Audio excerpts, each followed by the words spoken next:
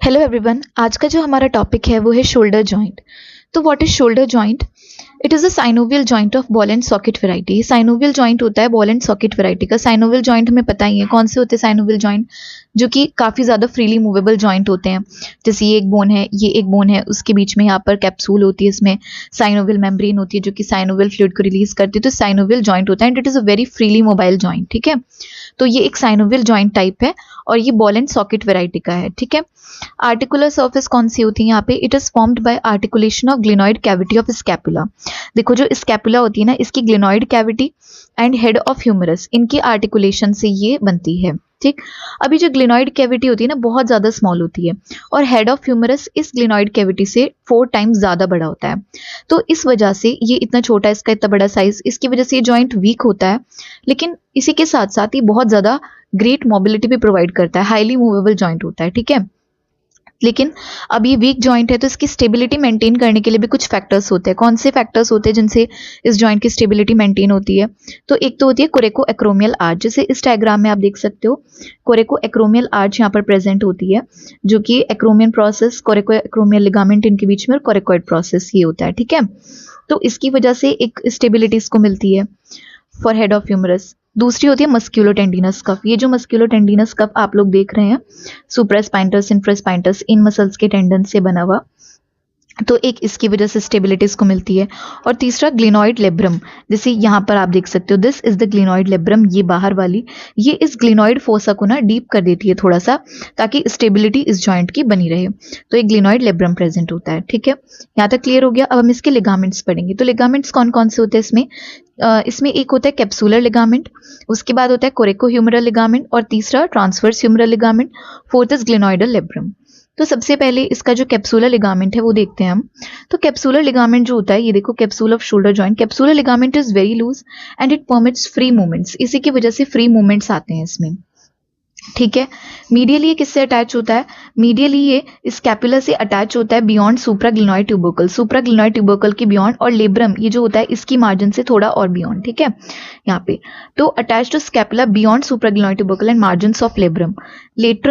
Laterally ये anatomical neck of humerus से attach होता है।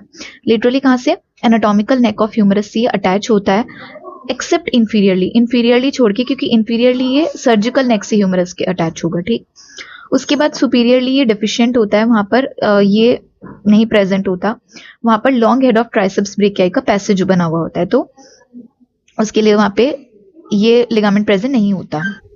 उसके बाद एंटीरियरली क्या होता है?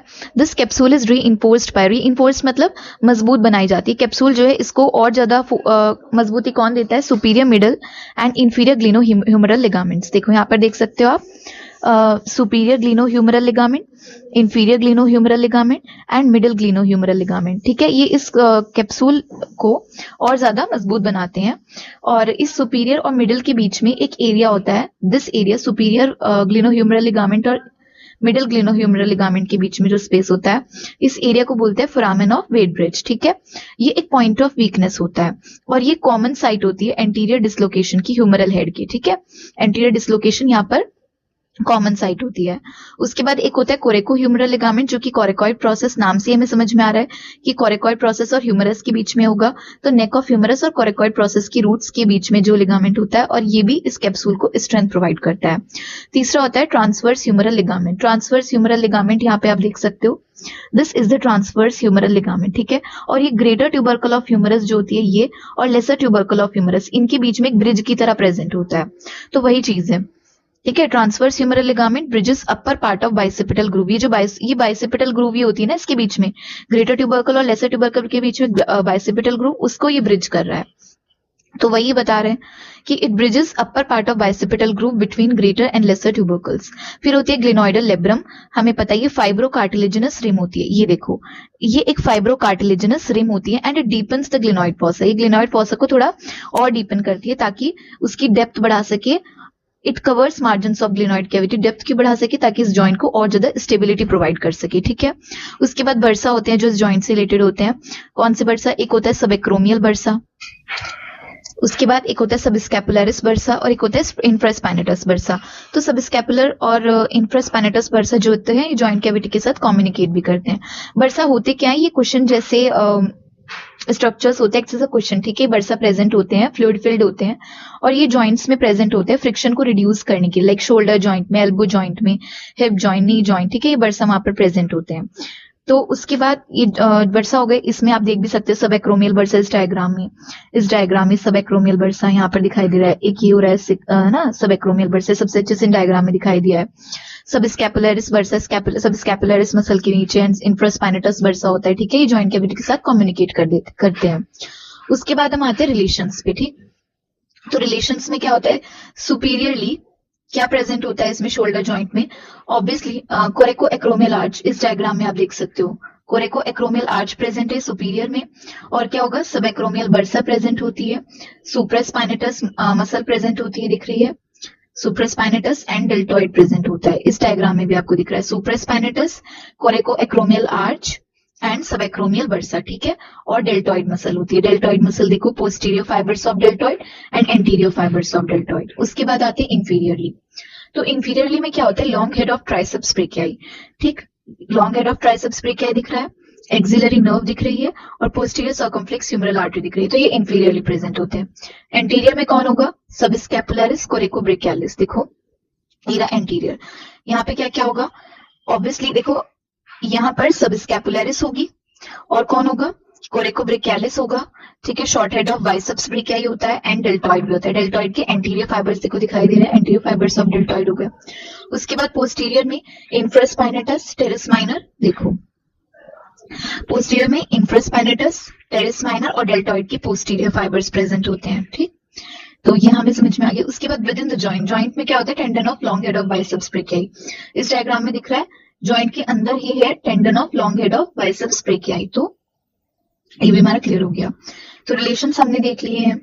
उसके बाद ब्लड सप्लाई पे आते हैं। तो ब्लड सप्लाई की कौन करता है, anterior circumflex humeral vessels, posterior circumflex humeral vessel. Posterior circumflex humeral vessel तो हमें इस डायग्राम में दिखाई भी दे रही है ना, तो ये होंगी, और सुप्रास्कैपुलर वेसल्स और सब स्कैपुलर वेसल्स की ब्लड सप्लाई करते हैं। उसके बाद आते हैं नर्व सप्लाई पे।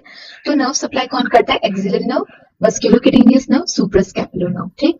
उसके बाद movements of shoulder joint.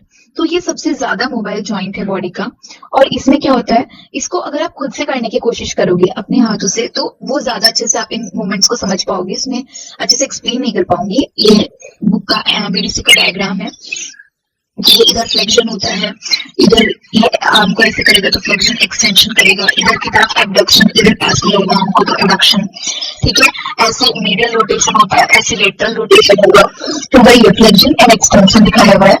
Flexion करोगे तो आर्म जो है वो फॉरवर्ड जाएगा, इसको खुद करके देखोगे तो और अच्छे से समझ में आएगा कि आर्म जो है अगर आप फ्लेक्शन करने की कोशिश करेंगे आर्म को और शोल्डर जॉइंट का मूवमेंट होते हुए आप देखोगे तो आर्म जो है फॉरवर्ड एंड मीडियल जाएगा, इस तरीके से फॉरवर्ड एंड मीडियल जाएगा आर्म, ठीक, और एक्सटेंशन करोगे तो आर्म जो है पीछे की तरफ जाएगा एंड लेटरली बैकवर्ड और लेटरली जाएगा, ठीक है, इस तरीके से। और एबडक्शन एंड एडक्शन, जो फ्लेक्शन एंड एक्सटेंशन का प्लेन होता है उसके राइट एंगल पे होता है ये एबडक्शन एंड एडक्शन, देखो दूर जाएगा आर्म तो एबडक्शन, पास आएगा तो एडक्शन, ठीक है। उसके बाद medial and lateral rotations, medial and lateral rotations इस तरीके से करोगे तो मीडियल रोटेशन, इस तरफ ले जाओगे आर्म को मूवमेंट करने की कोशिश करोगे तो लेटरल रोटेशन हो जाएगा। कुछ इसी तरीके से सारे मूवमेंट्स दिखाए गए हैं कि शोल्डर जॉइंट से कौन कौन से मूवमेंट्स हो सकते हैं। देखो यहाँ से भी ये वाला करने की कोशिश करेंगे एबडक्शन, यहाँ पे और थोड़ा ओवरहेड एबडक्शन थोड़ा करने की कोशिश करें ऊपर जा रही है हाथ को। एक होता है सर्कमडक्शन वाला मूवमेंट, सर्कमडक्शन के ऑल अराउंड मूवमेंट, मतलब सभी डिफरेंट मूवमेंट्स का कॉम्बिनेशन होता है, as a result of which hand moves along a circle. Hand जो सर्कल की तरफ मूव कर सकता है ना, इसको करके देखोगे तो और अच्छे समझ में आएगा। तो सर्कमडक्शन क्या होता है कि सभी तरह के डिफरेंट टाइप्स ऑफ मूवमेंट्स का कॉम्बिनेशन होता है, ठीक है। तो यहाँ तक हमने सारी चीजें देखी है साइड की। सबसे पहले हमने देखा कि किस तरीके के जॉइंट है, उसके बाद इसकी आर्टिकुलेटिंग सरफेस देखिए, उसके बाद इसमें लिगामेंट्स देखिए, इसका मूवमेंट्स देखिए और इसकी ब्लड सप्लाई, नर्व सप्लाई, ये सारी चीजें देखिए। इसमें वर्सा कॉन्सेप्ट है वो देखिए, रिलेशंस कॉन्सेप्ट है वो देखिए, है ना। उसके बाद हमारा थोड़ा सा पार्ट इसका बचता है क्लिनिकल वाला, तो वो और देख लेते हैं। इसकी क्लिनिकल एनाटॉमी में क्या है, डिसलोकेशन। सबसे पहले तो कि शोल्डर जॉइंट जो होता है ना वो डिसलोकेशन जो ज्यादा प्रॉब्लम होता है, क्योंकि ये बहुत वीक जॉइंट होता है। क्यों, क्योंकि इसमें जो डिवाइड कैविटी है वो डिवाइड से छोटा सा है और जो ह्यूमरस का हेड है वो बड़ा है बहुत ज्यादा, उसके 4 टाइम साइज में, तो इसकी वजह से इसको वीक जॉइंट बनाते हैं। लेकिन बहुत ज्यादा विजिबल हो जाता है. That's why it is more prone to dislocation than any other joint due to disproportionate area of articular surfaces. ठीक है. Occurs usually when arm is abducted और ये usually कब होता है dislocation जब arm abducted position में हो, क्योंकि तो एब्डक्टेड पोजीशन में क्या होगा कि जो हेड ऑफ ह्यूमरस होता है वो presses against lower unsupported part, जो कैप्सुलर लिगामेंट का लोअर अनसपोर्टेड पार्ट होता है वहां पर हेड ऑफ ह्यूमरस प्रेस कर देता है, जिसकी वजह से वहां पर डिसलोकेशन का रिस्क ज्यादा होता है. ठीक. उसके बाद shoulder tip pain. Shoulder tip pain में क्या होता है, इसमें क्या होता है कि किसी भी पैथोलॉजी के कारण, कोई भी ऐसी चीज है पैथोलॉजिक प्रॉब्लम के कारण पेरिटोनियम में इरिटेशन हुई, उस इरिटेशन के कारण शोल्डर में रेफर्ड पेन होता है. इसका मतलब क्यों, क्योंकि फ्रेनिक नर्व्स वहां पर होती हैं जो कि पेरिटोनियम से इंपल्सेस को लेकर आती हैं, और सुप्रा क्लेविकुलर नर्व कौन सी होती है, वो स्किन ओवर शोल्डर को सप्लाई करती है. लेकिन ये दोनों जो नर्व्स हैं ये स्पाइनल सेगमेंट C3 C4 से ही आ रही हैं, जिसकी वजह से फ्रेनिक नर्व जो पेरिटोनियम से पेन इंपल्सेस वो लेकर आएगी, तो सुप्रा क्लेविकुलर नर्व्स जो कि स्किन को शोल्डर की सप्लाई करी थी वहां उनका रेफर्ड पेन आ जाता है. ठीक है, सेम स्पाइनल सेगमेंट से अराइज होने की वजह से. तो प्रॉब्लम कोई भी पैथोलॉजिक होगी जो कि पेरिटोनियम में होगी इरिटेशन के कारण, लेकिन उसका पेन जो है शोल्डर में दिखाई देगा, तो that is called referred pain, shoulder tip pain. ठीक है, इसका ये डायग्राम भी है. ठीक, शोल्डर टिप पेन यहाँ पे प्रॉब्लम होगी C3 C4 की वजह से. अब उसके बाद एस्पिरेशन, अगर एस्पिरेशन करना हो तो एंटीरियरली थ्रू डेल्टोपेक्टोरल ट्रायंगल करते हैं. एस्पिरेशन क्यों करते हैं, मतलब एक प्रोसीजर होता है, इसमें एक्सेस फ्लूइड को निकाला जाता है शोल्डर जॉइंट से नीडल या सिरिंज को यूज करके, मेनली डायग्नोसिस वगैरह के लिए, कोई इन्फेक्शन हो या कुछ भी हो. ठीक है, तो उसके लिए उस फ्लूइड को रिमूव करते हैं. ठीक है, तो एस्पिरेशन के लिए एंटीरियरली वो डेल्टोपेक्टोरल ट्रायंगल से होता है. उसके बाद एक होता है फ्रोजन शोल्डर. जो साइनोवियल मेम्ब्रेन होती है ना जॉइंट में, उसकी दोनों लेयर्स जो होती हैं वो एक दूसरे से चिपक जाती है, अधेरेंट हो जाती हैं, जिसकी वजह से उसमें क्या होता है, शोल्डर जाम हो जाता है, फ्रोजन शोल्डर्स को बोलते हैं. स्टिफ शोल्डर, ठीक है, उसमें मूवमेंट्स नहीं हो पाते, restriction of all movements and increasing pain, और बहुत ज्यादा पेन होता है. तो यहाँ पर हमारा क्लिनिकल रिलेटेड भी जो चीजें हैं शोल्डर जॉइंट से वो हमने देख ली हैं. और जो हमारी नेक्स्ट वीडियो आएगी वो एल्बो जॉइंट के ऊपर आएगी. अगर वीडियो अच्छी लगी तो please like and subscribe and share. Thank you.